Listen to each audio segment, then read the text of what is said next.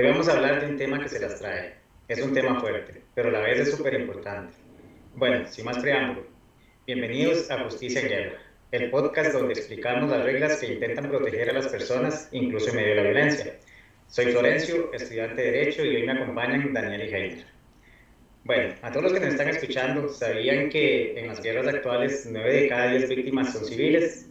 Y de esto es lo que estaremos hablando sobre el derecho internacional de los conflictos armados, o como muchos también lo conocen, el derecho internacional humanitario, el cual lo estaremos llamando como DICA. Daniel, coméntanos un poquito sobre esto. Así es, Florencio, Heiner. Bueno, primero que nada, muchísimas gracias por permitirme estar el día de hoy aquí con ustedes para hablar sobre este tema que es tan importante como lo que es la justicia en guerra, ¿verdad? Bueno, inicialmente quisiera decir que, aunque suene extraño, porque la verdad es que suena bastante extraño, hasta en las guerras existen las reglas. Nosotros tenemos que tener muy claro como personas y para todo nuestro público al día de hoy que estas reglas tienen una vital importancia, ¿verdad?, dentro de lo que nosotros queremos hacer. Yo no sé si ustedes sabían, pero por ejemplo está prohibido poder atacar hospitales o utilizar armas químicas, y todo esto es producto de las guerras que hemos venido observando a lo largo de nuestra historia. Heiner, decime una cosa, bueno, primero que nada, bienvenido también al día de hoy, y quisiera saber qué opinas vos, que porque es importante que la gente común conozca sobre todos estos temas tan relacionados con la justicia y el derecho en la guerra. Sí, bueno, muy buenas noches, Daniel. Muy buenas noches, Florencio. Para mí es un honor, ¿verdad?, estar acá con ustedes compartiendo este tema tan importante, ¿verdad?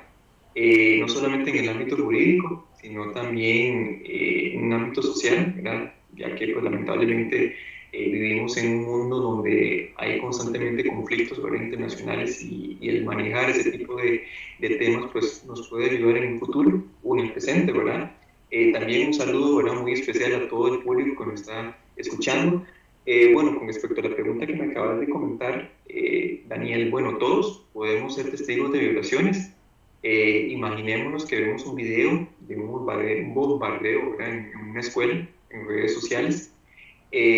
Ante esto, ¿verdad?, esta situación, y si conocemos, ¿verdad?, las reglas que se tienen que manejar en ese tipo de contiendas, pues vamos a poder denunciar, ¿verdad? Y con esa denuncia, ¿verdad?, y el conociendo los preceptos de los conflictos armados, pues vamos a contribuir no solamente en lo que es la protección de la población civil, sino que además vamos a poder colaborar en la merma, ¿verdad?, del sufrimiento humano que existen en ese tipo de contiendas. Entonces, claramente es muy importante no solamente recopilar información, tener conocimientos jurídicos, ¿verdad?, sino también tener esa facultad y ese poder de alzar la voz y de denunciar cualquier tipo de conflicto, ¿verdad?, que logramos presenciar o logremos visualizar.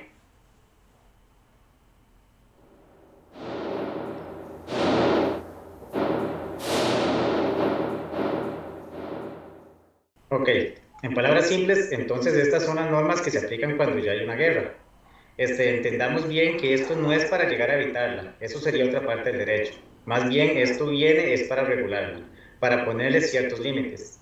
El objetivo de esto es evitar sufrimientos innecesarios. La idea de este derecho es proteger a los que no están peleando, como personas heridas, prisioneros, civiles. Y aparte nos dice qué cosas no se pueden hacer, como atacar hospitales, usar ciertas armas o también causar destrucción sin razón. El DICA tiene dos partes claves, el jus ad bellum versus el jus in bello. Parece trabalenguas, lo sé, pero te lo explicaremos fácil. El primero es el derecho a ir a la guerra. Son las reglas que dicen cuándo un país puede atacar a otro, por ejemplo, solo en defensa propia o con el permiso de la ONU. Daniel, ¿y la segunda parte? Claro, Florencio. Mira, la segunda parte, que sería el correspondiente al jus in bello o derecho en la guerra, ¿verdad? No el derecho de ir a la guerra, sino el derecho en la guerra.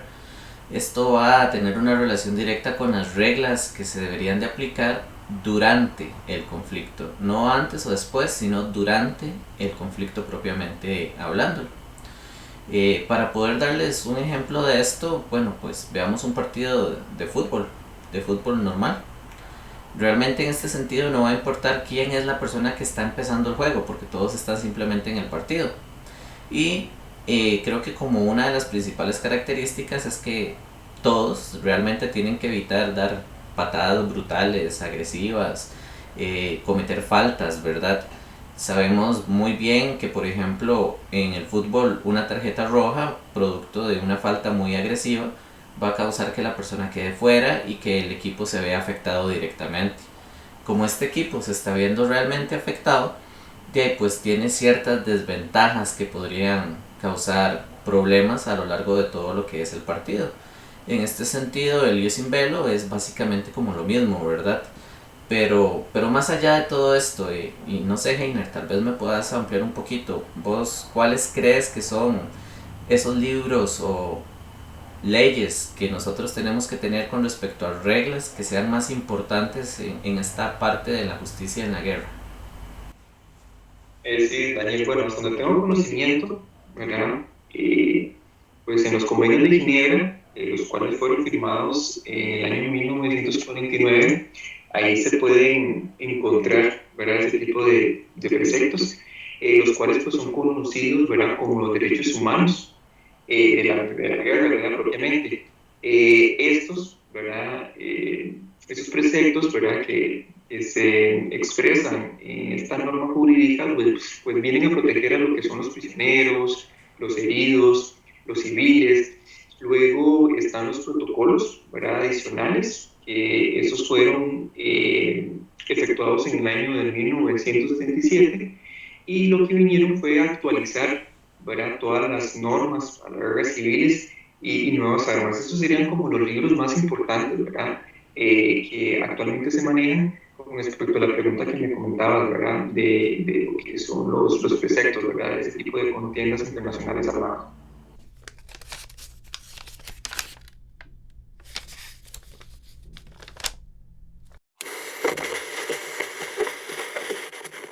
Ok, ahora veremos que no todas las guerras son iguales. Heiner, para ti, ¿cuál sería la diferencia entre una guerra entre países y una guerra civil? Sí, interesante pregunta, Florencio. Cuando pelean dos países, como por ejemplo Rusia y Ucrania, pues actualmente todos hemos podido presenciar este tipo de disputa, ¿verdad? Ya sea en televisión, redes sociales, pues está dando la presencia, ¿verdad? De un conflicto armado internacional y este tipo de escenario pues se aplican todas las reglas existentes en este tipo de tema. No obstante, ¿verdad? En una guerra civil como la de Siria, ¿verdad? La cual es llamada conflicto no internacional, solamente vienen a aplicar las reglas básicas. Entonces, esa sería como prácticamente la diferencia que se maneja entre lo que es una guerra de países y una guerra civil. Y quizás vos, Daniel, nos podés ampliar ese tipo de tema y por qué crees vos que se maneja esta diferencia, Daniel. Claro, bueno, vamos a ver. A nivel de un conflicto internacional estamos hablando de países, ¿verdad? Cada país maneja, por supuesto, muchísimos recursos, estamos hablando de miles de millones de dólares.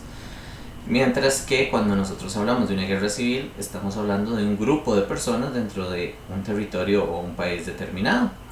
Si nosotros lo vemos desde esa perspectiva, bueno, en una guerra civil, los grupos rebeldes no siempre o prácticamente nunca van a tener la capacidad para cumplir con todas las normas, porque se encuentran supeditados a una serie de limitaciones directas que los van a afectar dentro de este proceso. Ahora bien, tenemos que tener claro, ¿verdad? Si nosotros estamos hablando de grupos organizados, como por ejemplo puede ser la FARC en Colombia, estamos hablando de un grupo organizado que prácticamente es un ejército. Este sí cuenta con todos los requisitos, con todos los planeamientos y con todos los recursos necesarios para poder hacerle frente a todo lo relacionado a la parte de los derechos humanos. Si nos ponemos a analizar un poco, digamos, la situación en nuestro país, en Costa Rica, pues nos vamos a dar cuenta de algo muy importante. Veamos la guerra civil que tuvimos finalmente a mediados del siglo pasado. En esta guerra de 1948 nosotros lo que pudimos observar fue que el grupo rebelde que se manifestó y que logró tomar en su momento el poder y llegar a la junta fundadora de la Segunda República, pues realmente no contaba con todos los recursos. Tuvo que solicitar, por ejemplo, el caso de armas a Cuba para poder hacerle frente a las cosas. Esto es un ejemplo claro de que no tenemos todos los recursos o no se cuenta con los recursos como si fuera un grupo realmente organizado que pudiera hacerle frente a esta situación de guerra o de conflicto a nivel de guerra civil.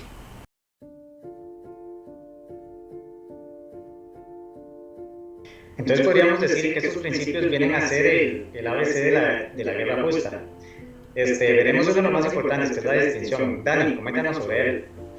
Sí, claro, Florencio, mira, yo creo que aquí lo más importante de esta parte de la distinción es realmente simple.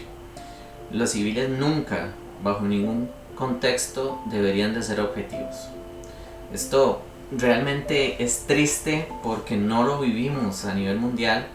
La historia nos ha enseñado que, pero lo seguimos haciendo.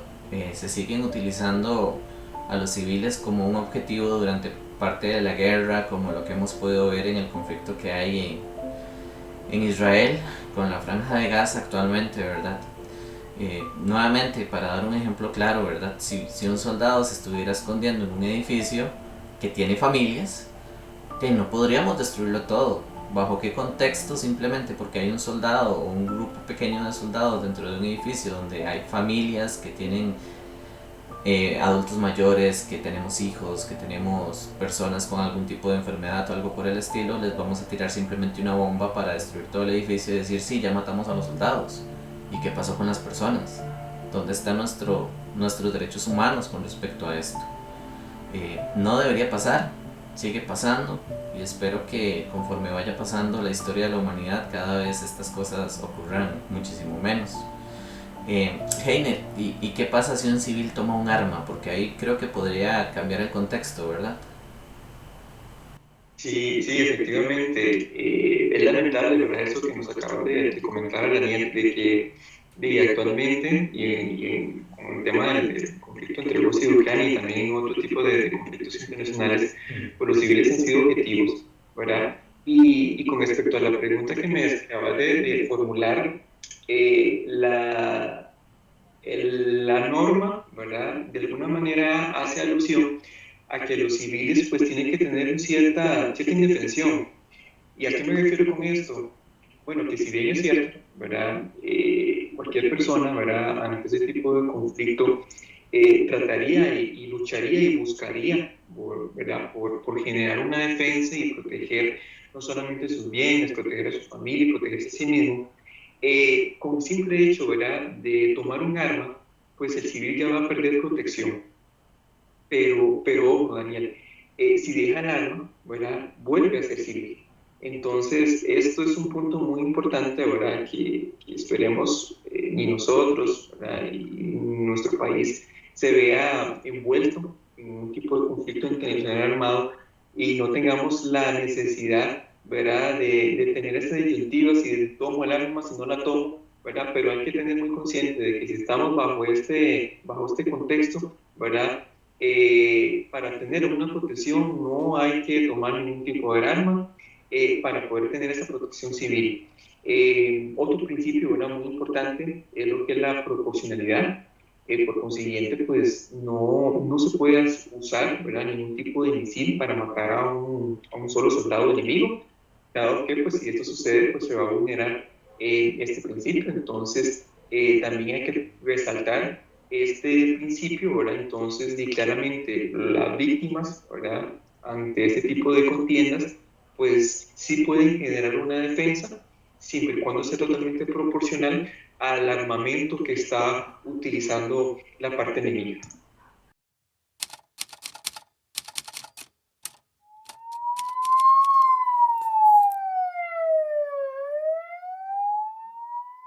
Bueno, con todo esto ahora imaginémonos un conflicto sin reglas. Como decía Heiner, ataques indiscriminados, uso de armas prohibidas y hasta bombardeos a escuelas. Aquí es donde el DICA viene a decir alto ahí, incluso en medio del caos. Muy bien, entonces ahora hablemos de quiénes más sufren. Heiner, ¿a quiénes protege el DICA? Sí, Florencio, bueno, el derecho internacional de los conflictos armados protege a médicos, protege a periodistas, protege a niños, también a los prisioneros, les brinda una protección. Otro ejemplo, ¿verdad? Es que está prohibido atacar a hospitales, pero en Yemen hubo prácticamente 120 ataques en un año, ¿verdad? Lamentablemente esta situación, pero esto se da porque de alguna manera existe una damnificación a lo que es las normas, ¿verdad? Jurídicas, y también está prohibido, ¿verdad? Lo que es usar minas antipersona o armas químicas. Entonces, sí, efectivamente, ¿verdad? El DICA viene a generar una protección especial a ciertas poblaciones, ¿verdad? Pero lamentablemente, ¿verdad? Hemos podido visualizar que en diferentes escenarios, ¿verdad? En ese tipo de conflictos, pues se ha generado una vulneración, ¿verdad? Entonces, prácticamente eso es lo que se ha presentado y esperemos, ¿verdad? Que en futuras contiendas, ¿verdad? O en las contiendas internacionales que se están dando actualmente, pues no se genere ningún tipo de vulneración, ¿verdad? Claro, mira, Heiner, de hecho, aquí es importante ver esto, ¿verdad? Que si se violan las reglas pueden existir consecuencias. Vamos a dar, por ejemplo, un precepto. En el 2016, la Corte Penal Internacional condenó a un líder por destruir templos históricos en lo que era Mali. Entonces sabemos que sí pueden existir, por supuesto, consecuencias producto de todas estas acciones que se están haciendo.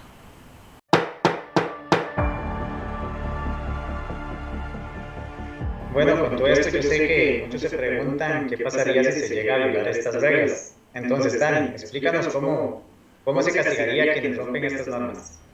Claro, y volviendo a esto de la Corte Penal Internacional, bueno, sabemos que ellos tienen la capacidad de poder juzgar a individuos, tal y como lo mencioné anteriormente, o como lo hizo por ejemplo con Putin, ¿verdad? Por deportar a niños ucranianos. Estos son violaciones graves a todos estos principios de los que está relacionado con el derecho en guerra.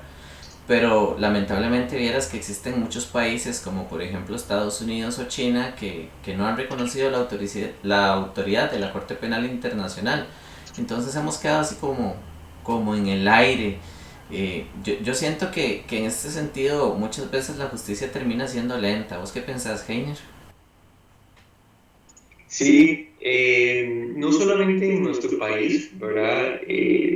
Lamentablemente se vulnera un artículo de la Constitución Política, ¿verdad? El cual pues hace alusión a que tiene que existir una justicia pronta y cumplida, sino a nivel internacional. No se genera pues una justicia eficiente, no se genera una justicia vertiginosa, y esto es porque lamentablemente las aspectos, ¿verdad? Y las diligencias de índole jurídico, pues no son totalmente prontas, ¿verdad? Pero hay que tener también en consideración de que, si bien es cierta, las respuestas por parte de las autoridades internacionales no tienen celeridad, sí se han emitido importantes resoluciones, y esto pues nos viene a dar un mensaje y una reflexión, ¿verdad? El cual pues nos indica de que la impunidad no es eterna, ¿verdad? Y que si bien es cierto esperaríamos tener una justicia más eficiente, no tan inoperante, con mejores resultados, claramente las autoridades internacionales han emitido fallos, ¿verdad? Sumamente relevantes, y esto pues nos da una semillita de esperanza, ¿verdad? Ante diferentes autoridades, ¿verdad? Que tienen importante participación en lo que son conflictos internacionales armados.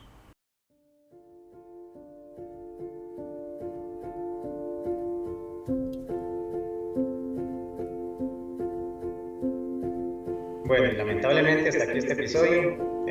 Por dicha pudimos ver que sí hay reglas en la guerra, que la humanidad no desaparece cuando comienza un conflicto y que hay todo un marco legal pensado para proteger, limitar y hacer rendir cuentas. Recordemos que el DICA es un sistema imperfecto, pero sin él las guerras serían aún más brutales. Tania, ¿algún mensaje final? Bueno, Florencio, claramente Ningún Estado, ¿verdad?, está exento a un conflicto internacional armado, por ende es relevante informarse y exigir justicia, ¿verdad? Y esto lo vamos a poder materializar siempre y cuando tengamos esa competencia para adquirir nuevos conocimientos. Así que, pues, si vemos algún crimen, ¿verdad?, en redes, pues hay que denunciarlo, ¿verdad? No, hay que alzar la voz, y con esto, pues, no solamente vamos a ser promotores de paz, sino también de empatía, vamos a poder cooperar a lo que es la colectividad, y lo más importante, vamos a poder llevar a cabo lo que es la justicia, ¿verdad? Y la paz, ¿verdad?, que sin duda muchas víctimas de ese tipo de conflictos internacionales pues añoran. Ya para, pues, eventualmente finalizar mi participación, te agradezco, Daniel, y a Florencio, ¿verdad?, por este espacio, el cual pues ha sido sumamente fructífero, ¿verdad? Me siento realmente complacido, ¿verdad?, con el tema tan importante que hemos podido, pues, compartir con el público en general, y ojalá pues sea de sumo interés, ¿verdad?, y que también nos invite no solamente a informarnos, a adquirir conocimiento legal, lo cual pues está a nuestra disposición, y actualmente pues la televisión y diferentes plataformas nos inundan, ¿verdad?, de este tipo de temas legales. Entonces ojalá que también, aunque no seamos profesionales, ¿verdad?, o estudiantes en lo que es la abogacía, pues tengamos ese deseo de estar previamente informados, porque como lo comentaba anteriormente, ningún Estado está exento, ¿verdad?, a sufrir un conflicto internacional armado. Entonces, ante este tipo de escenarios tenemos que estar informados y tenemos que tener el conocimiento pues amplio para poder defendernos ante este lamentable, ¿verdad?, acontecimientos. Claro, completamente de acuerdo. Bueno, igual que como Heiner dijo, agradecerte, Florencio, agradecer a Heiner por el espacio. Creo que hemos logrado hacer una conversación bastante amena, ¿verdad?, con respecto a este tema, y lo he disfrutado bastante. No quisiera terminar sin antes referirme a algo muy importante, ¿verdad? Y es que todas estas reglas de las que hemos venido hablando durante este episodio del podcast no son ningún lujo. No es un lujo. Esto es lo que a nosotros nos va a diferenciar entre seres humanos o monstruos, ¿verdad? Nuestra historia nos ha demostrado muchísimas veces las decisiones equivocadas que hemos tomado como seres humanos. En la misma televisión, en películas, en todos los medios, todo lo que nos rodea, nosotros podemos ver cómo decisiones equivocadas han causado millones de muertes a lo largo de la historia, y lamentablemente el ser humano es el único que tropieza dos veces con la misma piedra. Pero nosotros deberíamos de tener un respeto hacia todo lo que ha pasado a lo largo de la historia humana, y no perdernos, no dejarnos perder. Para esto tenemos nuestro hashtag, ¿verdad?, que lo tenemos por acá, Derecho en Guerra, para que ustedes puedan hacer también cualquier tipo de aporte que consideren necesario, y ojalá nos puedan seguir sintonizando en nuestras próximas ediciones, si le damos continuidad a esto, que realmente espero que sí, compañeros. Y finalmente, Florencio, te dejo para que puedas hacer el cierre. Muchísimas gracias por acompañarnos. No, muchas gracias a ustedes, y claro, antes de recordarles, antes de apagar el micrófonos, que si les gustó este nuevo capítulo, no olviden compartir, como lo decía Daniel, este episodio, y si les gustaría más contenido sobre derecho internacional, justicia y derechos humanos, quédate con nosotros. Buenas noches.